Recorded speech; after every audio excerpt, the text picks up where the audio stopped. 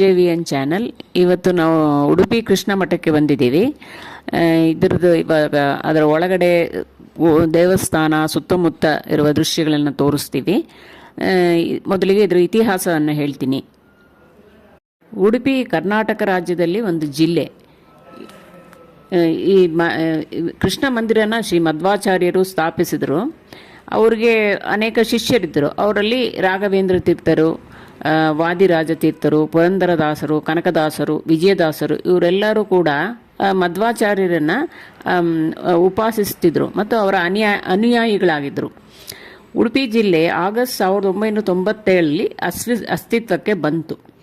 ಉತ್ತರದ 4 ತಾಲೂಕುಗಳಾದ ಉಡುಪಿ, ಕುಂದಾಪುರ, ಕಾರ್ಕಳ, ಹೆಬ್ರಿಗಳನ್ನು ದಕ್ಷಿಣ ಕನ್ನಡದಿಂದ ಬೇರೆ ಮಾಡಿಬಿಟ್ಟು ಉಡುಪಿ ಜಿಲ್ಲೆ ಅಂತ ಅದನ್ನು ರಚಿಸಿದರು. ಉಡುಪಿ ಕೃಷ್ಣ ಮಠದಲ್ಲಿ ಅಷ್ಟಮಠಗಳು ಇರುತ್ತೆ. ಆ ಅಷ್ಟಮಠಗಳು ಯಾವುದಪ್ಪ ಅಂದರೆ ಪಲಿಮಾರು, ಹದಮಾರು, ಸೋದೆ, ಕೃಷ್ಣಾಪುರ, ಪುತ್ತಿಗೆ, ಶಿರೂರು, ಕಾಣಿಯೂರು, ಪೇಜಾವರ ಅಂತ ಇದರಲ್ಲಿ ಅಷ್ಟಮಠಗಳಿದೆ. ಶೈಲಿ ಅಡಿಗೆಗಳು ಅಂತ ಹೇಳಿದ್ರೆ ಇದರ ತುಂಬ ವಿಶ್ವವಿಖ್ಯಾತವಾಗಿದೆ. ಉಡುಪಿ ಶೈಲಿ ಅಡಿಗೆ ಅಂದರೆ ಪ್ರಪಂಚಕ್ಕೆ ಎಲ್ಲರಿಗೂ ಗೊತ್ತು. ಉಡುಪಿ ಹೋಟೆಲ್ಗಳಂತೂ ಎಲ್ಲ ಕಡೆ ಇದ್ದೇ ಇರುತ್ತೆ. ನಾವುಗಳು ಅಷ್ಟೇ, ಯಾರು ಹೋದರೆ ಉಡುಪಿ ಹೋಟೆಲ್ನೇ ಹುಡ್ಕೊಂಡು ಹೋಗ್ತೀವಿ, ಅಷ್ಟು ರುಚಿಯಾಗಿರುತ್ತೆ ಅಲ್ಲೆಲ್ಲ. ಉಡುಪಿ ಶೈಲಿ ಪಾಕಶಾಸ್ತ್ರದಲ್ಲಿ ಎತ್ತಿದ ಕೈ ಉಡುಪಿಯವರು ಅಡುಗೆ ಮಾಡೋದು.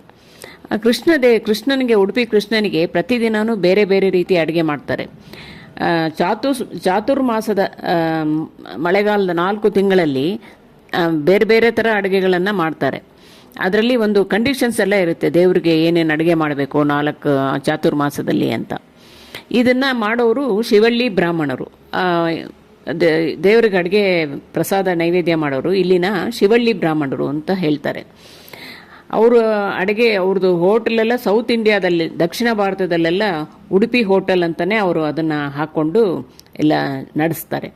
ಬೆಂಗಳೂರಿನ MTR ಅಂತ ನೀವು ಕೇಳಿರ್ಬೋದು, ಅದು ಕೂಡ ಉಡುಪಿ ಅವ್ರದ್ದೇ ಅದು.